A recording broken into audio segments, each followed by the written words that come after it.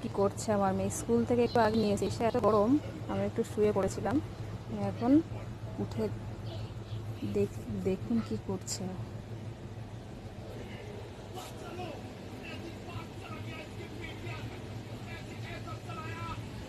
এই শোনো, কি করছিস? এই দেখো, স্কুল থেকে এসেই হ্যাঁ এই মা, এই বুদ্ধিটা কে দিয়েছে? খাটের উপর বসে খেতে নেই, তুমি জানো না?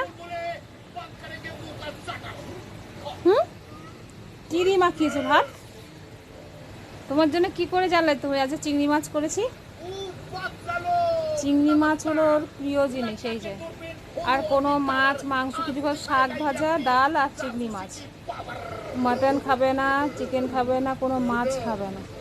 আর সকালবেলা চিংড়ি মাছ এসেছিল, আর চিংড়ি মাছ আবার একটু পেঁয়াজ দিয়ে ভাজতে হবে। হ্যাঁ, এই যে, খাটের উপর বসে কেন খাচ্ছিস বাবা? নিচে বসে খেতে হবে রে সোনা। আর চট পেতে জানে মা বকবে। ঠিক আছে, খেতে বসেছি যখন খেয়ে নাও।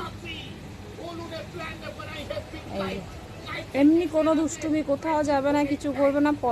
প্রাইভেট পড়ে এসে একটু এই করবে, আর এই হলো সারাদিনের দুষ্টুমি। আর এখন এই কদিন একটু খুব স্কুলের চাপ হয়ে গেছে, পড়াশোনা